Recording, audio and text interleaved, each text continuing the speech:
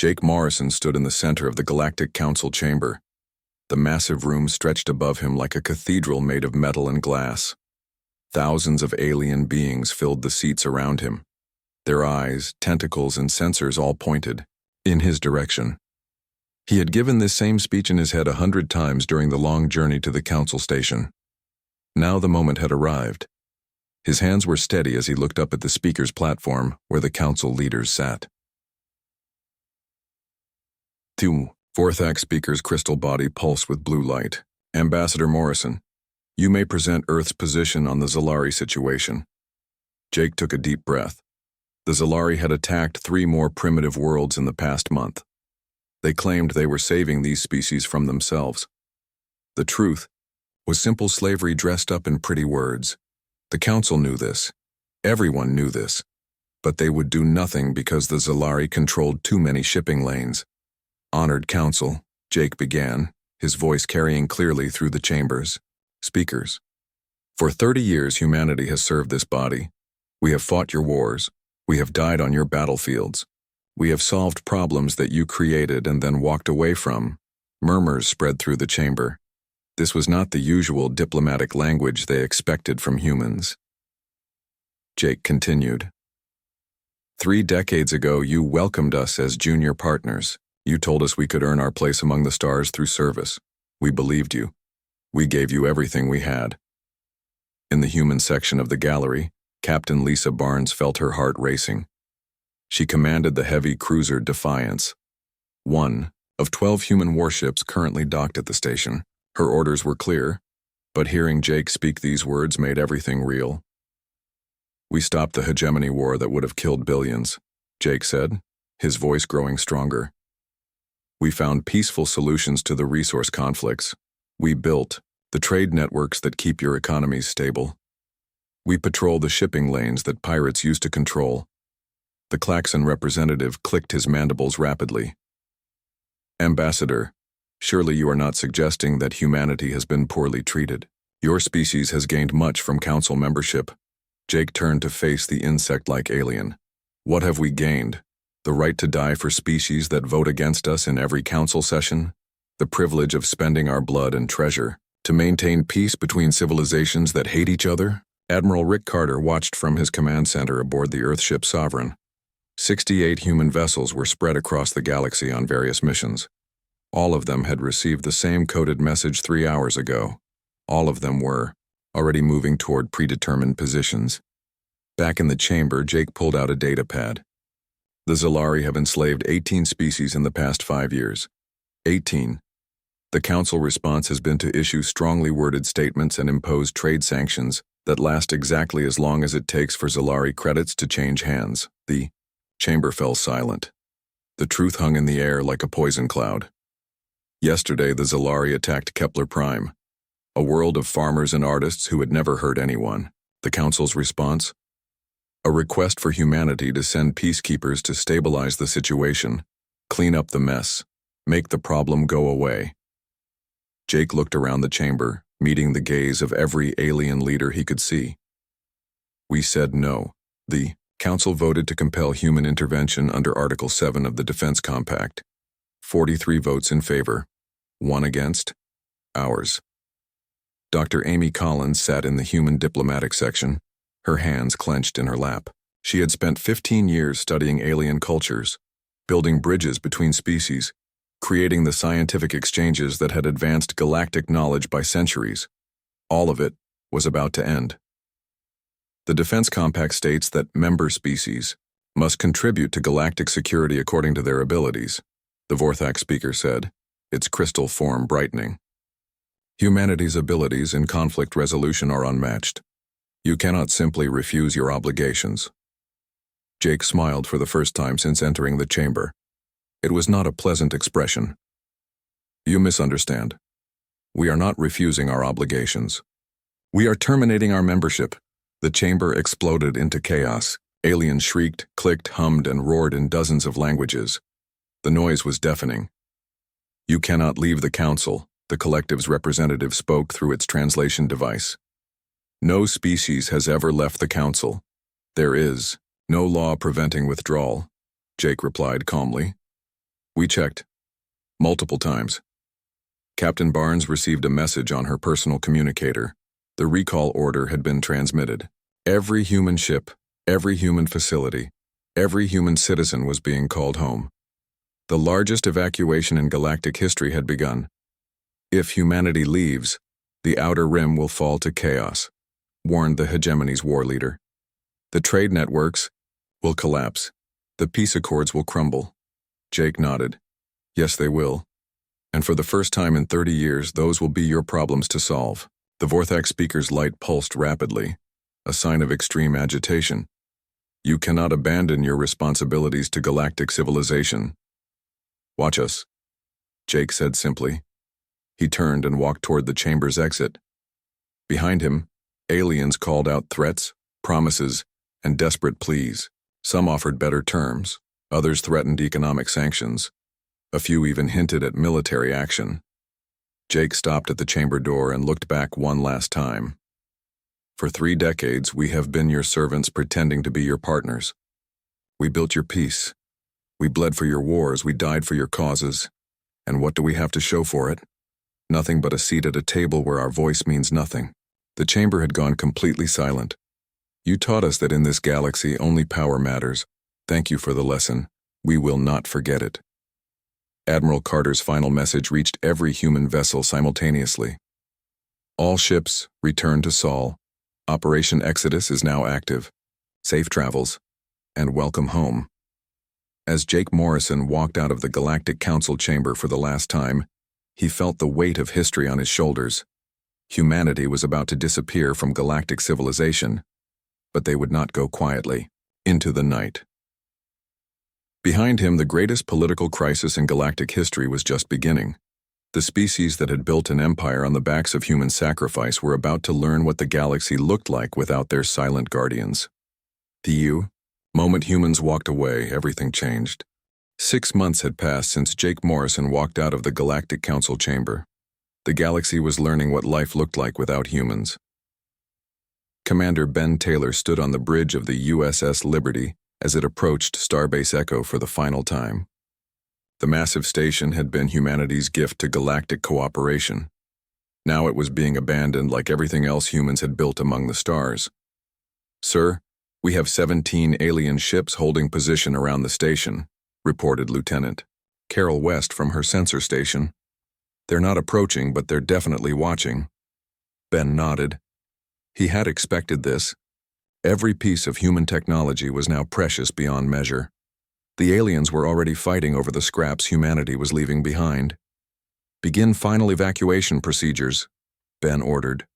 All personnel to transport bays, all sensitive materials to be destroyed per Protocol 7. The station had housed 12,000 humans and twice as many aliens. The humans were going home. The aliens had nowhere to go. 36 species had built their local governments around human administrative systems. Now they faced complete governmental collapse. Dr. Amy Collins walked through the science labs one last time. She had spent 8 years here, working with the brightest minds from across the galaxy. Together, they had solved medical mysteries, developed new technologies, and pushed the boundaries of knowledge. All of that was ending. The Zalari scientists were packing their equipment with shaking hands. The Klaxon researchers kept asking if the humans would return soon. The Vorthak had simply gone dark, their crystal forms dim with what Amy recognized as despair. Dr. Collins called Dr. Veltar, a hegemony scientist she had worked with for 5 years. Surely this is temporary. Humanity will reconsider. You must reconsider. Amy looked at her former colleague. Veltar had supported every council decision that had exploited human goodwill. He had voted yes when the council decided to send human troops to die in the Kepler conflict, while hegemony forces stayed safely in reserve. We gave you everything, Amy said quietly.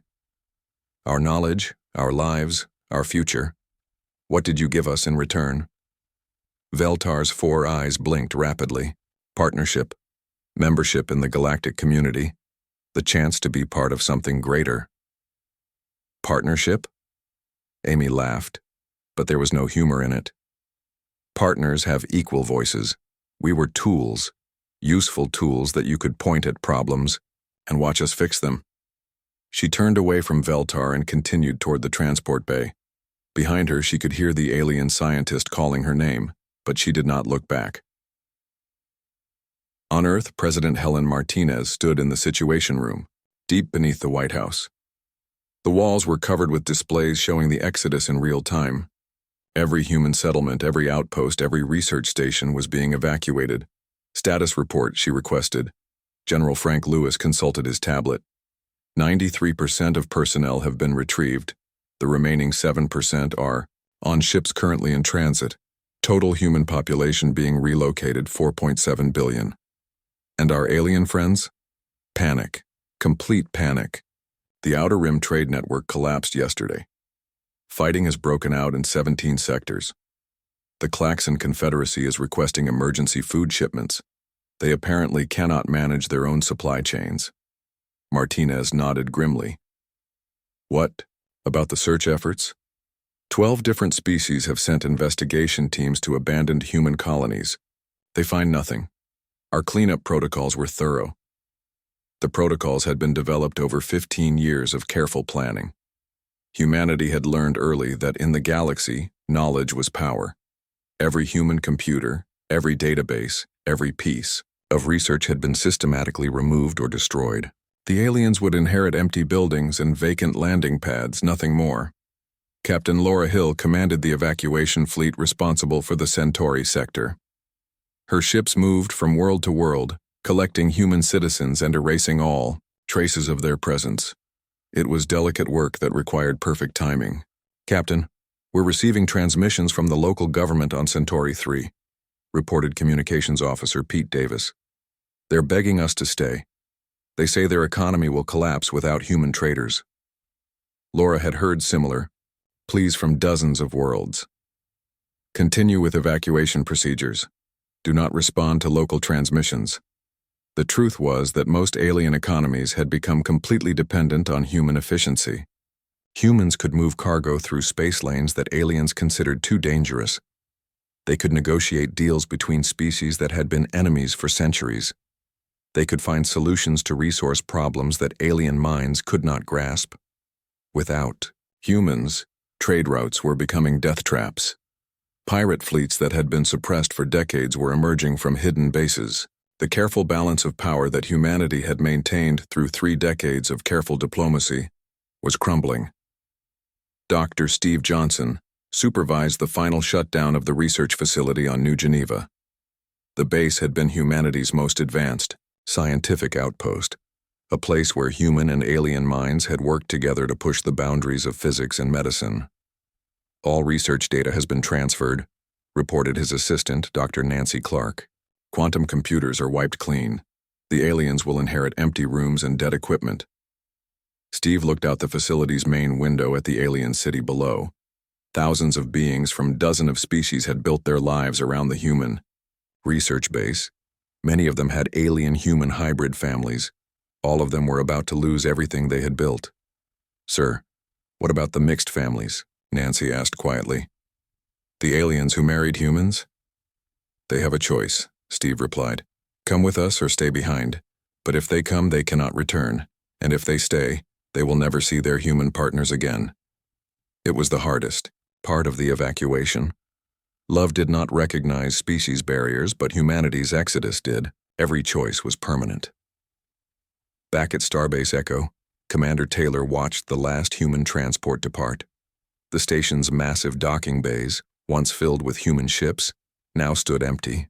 Emergency lighting cast long shadows across abandoned corridors. All human personnel have been evacuated, reported Lieutenant West. Station systems are being transferred to automatic control. What about the aliens still aboard? Approximately 30,000. They're requesting permission to remain on the station. Ben thought about it. The station would need maintenance and operation. But without humans to manage it, it would slowly decay and eventually become uninhabitable.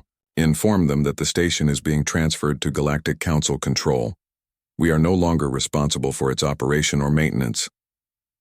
As the Liberty pulled away from Starbase Echo, Ben watched through the view screen as alien ships moved in to dock. They were like scavengers picking through ruins, hoping to find something valuable in what humanity left behind. The irony was that the most valuable thing humanity had given the galaxy was not technology or knowledge. It was stability. It was the certainty that when problems arose, humans would fix them. It was the peace of mind that came from knowing that somewhere in the galaxy, there were beings who would sacrifice everything to do what was right. Now that certainty was gone, the galaxy was learning to live with fear again. President Martinez received the final report as the last human ship left alien space. 4.7 billion people had been relocated. Not a single human had been left behind. Not a single piece of human technology remained in alien hands. "Where did we put them all?" asked her chief of staff. Martinez smiled. "Somewhere safe. Somewhere the galaxy cannot follow. Somewhere we can become what we were always meant to be." The evacuation was complete. Humanity had vanished from Galactic, civilization as quietly and efficiently as they had once served it. Behind them, they left chaos, confusion, and a galaxy that was about to discover the true cost of taking Earth's children for granted. The aliens had wanted human service without human equality. Now they would have neither. The galaxy was about to shake, and humanity would not be there to steady it. 1 year had passed since humanity vanished from the galaxy. Counselor Zethka of the Vorthak Collective stood on the bridge of the search vessel Crystal Mind as it approached what had once been the human colony of New Boston. The planet looked normal from orbit. Cities dotted the continents, lights still functioned. Power grids remained active, but no life signs showed on their scanners. Not a single human remained. "Begin descent," Zethka ordered. The crystal being had volunteered to lead the search for missing humans when the galactic economy began its collapse. Finding humanity had become the most important mission in known space. Captain Laura Hill had been searching for humans for 6 months. Her ship, the Seeker, was one of 20 vessels from different species that had joined the hunt. So far, they had found nothing but empty cities and unanswered questions. "Captain, we're receiving a signal from the surface," reported her communications officer, a young klaxon named Cricktal. "It's automated, a message loop." "Put it through." A human voice filled the bridge. It was calm and professional. "This is New Boston Colony. All human personnel have been relocated. This facility is now abandoned. Please do not attempt to land. This message will repeat." Cricktal's mandibles clicked nervously. "The same message we heard on the last 12 human worlds." Laura nodded grimly. Every human colony they visited had the same recording. Always polite, always final, always offering no clues about where the humans had gone. The Crystal Mind landed in New Boston's main spaceport. Zethka led a team of investigators through streets that should have been filled with human activity. Instead, they found a ghost town that was somehow more disturbing than ruins would have been. Everything was clean. Every building was intact. Every system was functioning perfectly, but there were no humans anywhere. "The residential sectors show no signs of struggle," reported Dr. Millis, a hegemony scientist. "Food stores are empty, but there is no indication of starvation or emergency. It appears the population simply left in an orderly fashion." Zethka examined a human home. The furniture remained. Pictures of human families hung on the walls, but all personal items were gone. Clothing, documents, and anything that might provide clues about human capabilities or destinations had been removed. "How do you evacuate 50 million people without leaving any trace?" Zethka wondered aloud. Dr. Millis checked his scanner readings again. "There are no residual energy signatures from human transport technology, no evidence of large-scale evacuation. It is as if they simply ceased to exist." 3 weeks later, Captain Hill made a discovery that chilled her to the bone. On the human research world of Kepler Station, her team found something the others had missed. In the deepest levels of the complex, they discovered a single room that humans had apparently forgotten to clean. The room contained star charts, but these were not charts of known space. They showed stellar formations that existed in no galactic database, systems that should not exist. regions of space that were marked as accessible but showed no connection to known hyperspace lanes. "These charts make no sense," Krichtal said, his compound eyes studying the displays. "They show systems beyond the galactic rim, but nothing can survive in those regions. No atmosphere, no resources, no possibility of life." Hill stared at the charts. A terrible possibility was forming in her mind. What if they don't show where humans went? What if they show where humans came from? Meanwhile, Agent Krellmoth of the Zalari Intelligence Service had been tasked with finding human military installations. His species needed to understand human weapons technology before attempting to fill the power vacuum left by humanity's departure. What he found defied all logic. Human military bases had been stripped so completely that even the molecular traces of advanced alloys had been removed. Weapons testing ranges showed no residual energy signatures. It was as if human military technology had never existed. "They took everything," Krellmoth reported to his superiors. "Not just weapons and ships. They removed every scrap of metal, every circuit, every component that might reveal their technological capabilities." Back on the council station, emergency sessions were held daily. The Galactic Trade Authority reported that commerce between sectors had dropped by 60%. Without human mediators, old trade disputes were flaring into armed conflicts. The Klaxon Confederacy was facing starvation. Their logistics systems, designed around human efficiency standards, could not adapt to the chaos that followed humanity's departure. Ships carrying food supplies were being attacked by pirates who had once feared human patrol fleets. Counselor Drachmos of the Hegemony stood before the emergency assembly. "We must face facts. Our civilization was built on human labor. They were the backbone of our trade, our diplomacy, our peace. Without them, we are collapsing." The Vorthak speaker pulsed with angry red light. "Humanity chose to abandon their responsibilities. We cannot allow an entire civilization to be held hostage by one species." "Then find them," Drachmos challenged. "Find the humans and convince them to return. Because if you cannot, the hegemony will be forced to consider other options." The threat was clear. Without human peacekeepers to maintain order, the galaxy's major powers were preparing for war. Dr. Amy Collins had been monitoring galactic communications from Earth's deep space listening posts. The transmissions painted a picture of rapidly spreading chaos. Species that had coexisted peacefully for decades were now at each other's throats. "The breakdown is happening faster than we predicted," she reported to President Martinez. "The collective is fragmenting.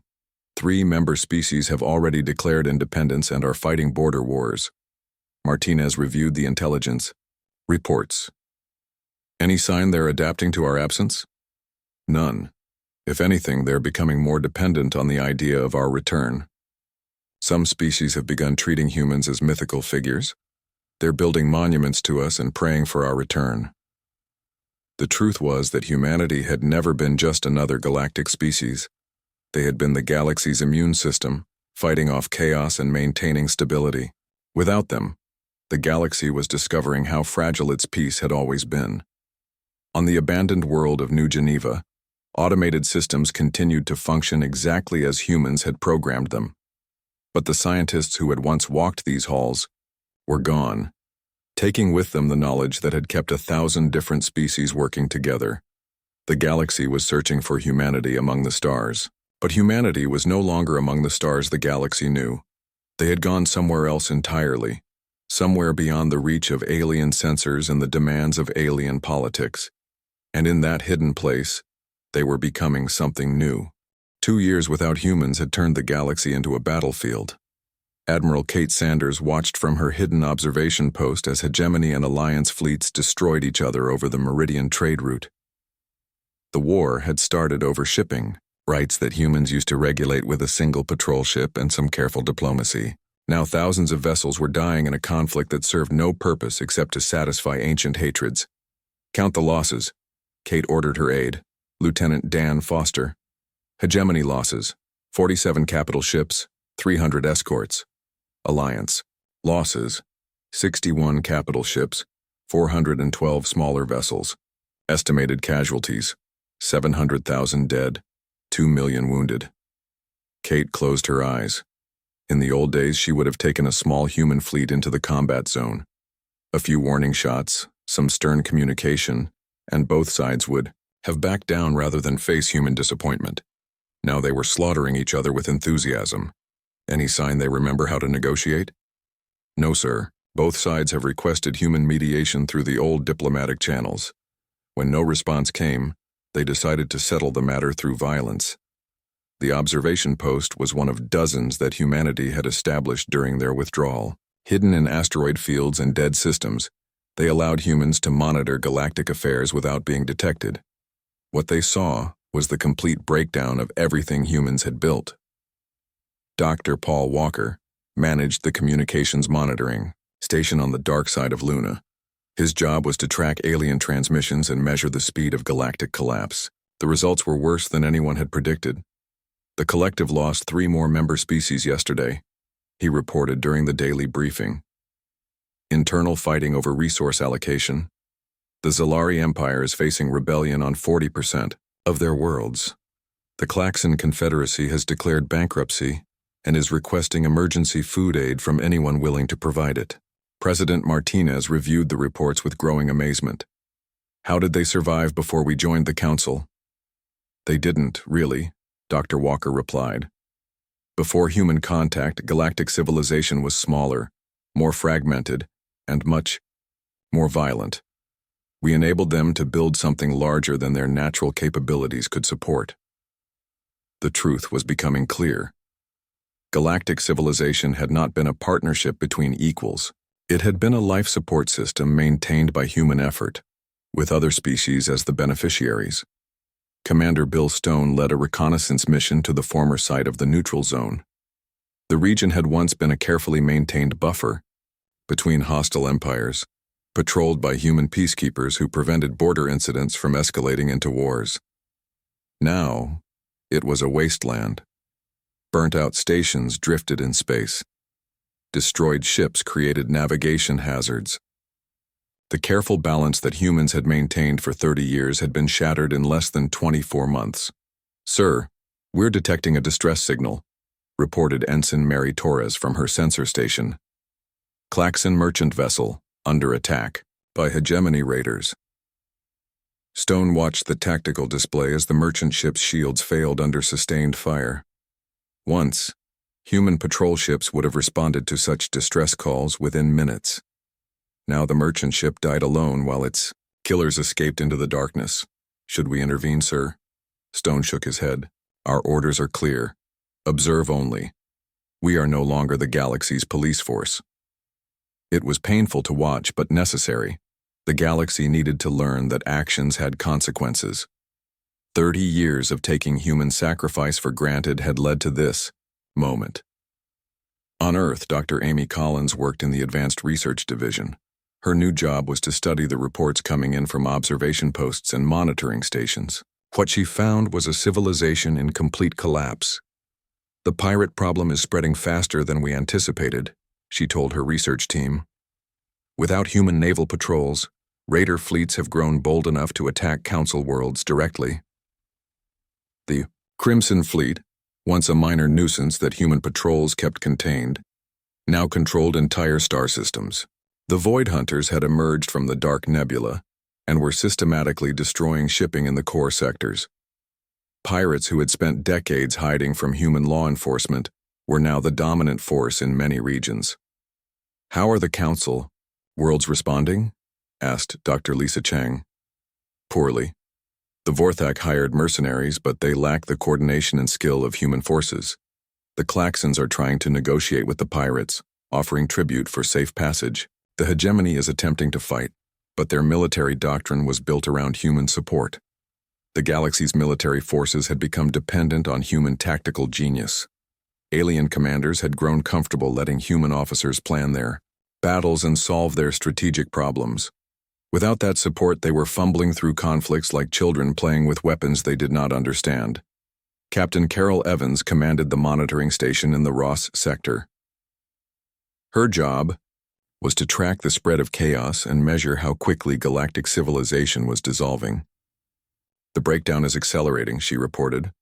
Governments that have existed for centuries are collapsing. The Zalari Empire is fragmenting as slave species rebel without human peacekeepers to maintain order. The Free Worlds Alliance is fighting a civil war over resource distribution. The most disturbing reports came from species that had begun worshipping humans as vanished gods. Temples were being built on abandoned human sites. Religious movements promised that humanity would return to save the faithful. Some groups had even begun sacrificing themselves in desperate attempts to call humans back. They've created cargo, cults around our technology, Evans noted. Alien priests are performing rituals with broken human equipment, hoping to summon us back to fix their problems. The galaxy that had once treated humans as useful servants now saw them as divine saviors. The species that had voted to compel human service now begged for human mercy. But humanity was no longer listening to galactic prayers. They had moved beyond the reach of alien desperation, and they were building something that would ensure the galaxy never again took them for granted. The collapse was nearly complete. Soon the galaxy would be ready for humanity's return. But when humans came back, they would not be the accommodating neighbors they had once been. 3 years after humanity vanished, they returned to a galaxy that barely recognized itself. Commander Alex Stone led the first human fleet to emerge from wherever they had hidden, and the ships that followed him defied everything the galaxy thought it knew about physics. The vessel Earth's Pride moved through space without engines. It appeared and disappeared at will, traveling between star systems in moments rather than the days or weeks that galactic technology required. Behind it, 100 other human ships demonstrated abilities that seemed like magic. Counselor Zethka was the first alien to witness humanity's return. The Vorthax crystal form pulsed with shock as human ships materialized around the Council station without warning. No sensors had detected their approach. No hyperspace signatures had announced their arrival. "Unknown vessels, identify yourselves," transmitted the station's defense coordinator. "This is Commander Stone of the Earth Defense Force," came the reply. "We're here to talk." The message that humans had returned spread across the galaxy faster than light. Within hours, every major government was sending representatives to the Council station. The species that had spent 3 years fighting over humanity's abandoned scraps suddenly remembered how to cooperate when faced with the return of their former servants. But humanity was no longer interested in serving. Jake Morrison had returned, as Earth's ambassador, but he was not the same man who had walked out of the Council chamber 3 years ago. His eyes held knowledge that unsettled even the most ancient alien minds. "Where have you been?" demanded the hegemony's war leader during the first emergency session. "The galaxy has been calling for your return. We need human assistance to restore order." Jake smiled, and the expression made several aliens step backward. "We've been learning, growing, becoming what we should have been from the beginning." Dr. Sam Parker served as humanity's new scientific representative.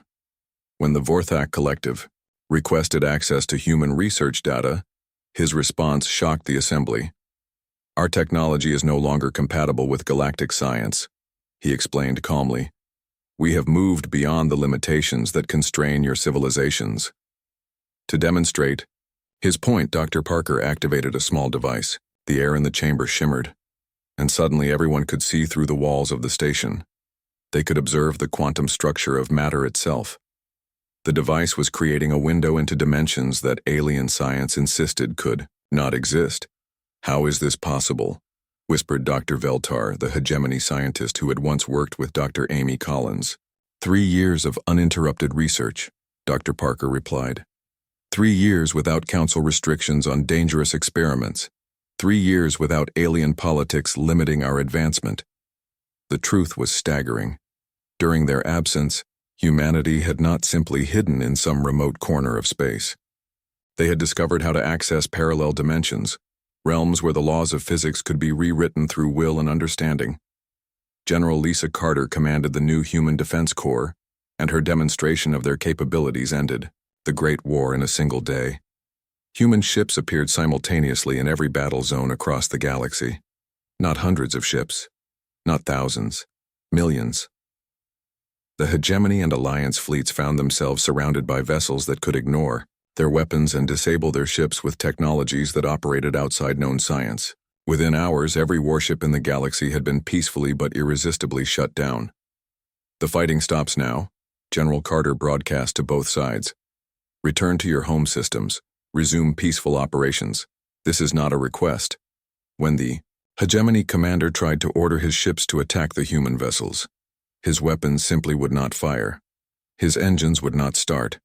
His communications could only reach human frequencies. "You have no authority here," the commander protested. "We have the only authority that matters," Carter replied. "The power to enforce our will." The galaxy learned that humanity had spent 3 years becoming something beyond their understanding. Humans could now manipulate matter at the quantum level. They could step between dimensions as easily as walking through a door. They could appear anywhere in the galaxy instantly, bringing with them technologies that made alien science look like children playing with rocks. President Martinez addressed the Galactic Council for the first time since humanity's return. The chamber was packed beyond capacity as every species sent representatives to hear what Earth's leader would say. "You asked us to return," she began. "You begged us to save you from the chaos you created, so here we are." The relief in the chamber was visible. Dozens of species had prepared speeches welcoming humanity back to the galactic community. "But we are not here as your servants," Martinez continued, and the relief turned to confusion. "We are not here to clean up your messes or die for your causes. We are here to ensure that the galaxy never again descends into the chaos we witnessed during our absence." The Klaxon representative spoke up. "Does this mean humanity will resume its council membership?" Martinez shook her head. "No. Council membership implies equality. We are no longer your equals." The statement hit the chamber like a shockwave. Species that had once looked down on humans as useful primitives now faced the reality that humanity had evolved beyond their comprehension. "We will maintain order," Martinez explained. "We will prevent wars. We will ensure that trade flows and civilization survives. But we will do these things on our terms, not yours." Commander Stone established monitoring stations throughout galactic space. Unlike the observation posts they had maintained during their withdrawal, these stations were visible to everyone. They served as permanent reminders that humanity was watching, always watching. When the Zalari tried to resume their slave raids, they found their ships disabled before they could reach their targets. When the Hegemony attempted to restart their expansion wars, their fleet simply stopped functioning whenever they entered contested space. Dr. Collins returned to her scientific work, but now she studied alien civilizations from a position of absolute superiority. Where once she had worked to understand alien cultures as an equal partner, now she observed them like a researcher studying primitive societies. "They're adapting faster than expected," she reported to her colleagues. "Fear is a powerful motivator. The major powers have stopped fighting and started cooperating out of terror that we might leave again." The galaxy had spent 3 years learning to live without humans. Now they were learning to live under human oversight. The species that had once taken human sacrifice for granted now understood that humanity's service had been a gift, not an obligation. Jake Morrison's final address to the council was brief. "You taught us that in this galaxy only power matters. We learned that lesson well. The galaxy shook when we walked away. Now it will remain stable because we have returned as its guardians, not its servants. As human ships patrolled space lanes that had been death traps for 3 years, as human administrators restored order to chaos zones that aliens could not manage, the galaxy began to understand what it had lost when it drove humanity away. They had lost their partners and gained their masters. The humans who returned were no longer the eager-to-please species that had joined the Council 30 years ago. They were something new, something powerful, something that would never again allow the galaxy to take their protection for granted. The moment humans walked away, everything had changed. The moment they returned, everything changed again. But this time, humanity held all the cards.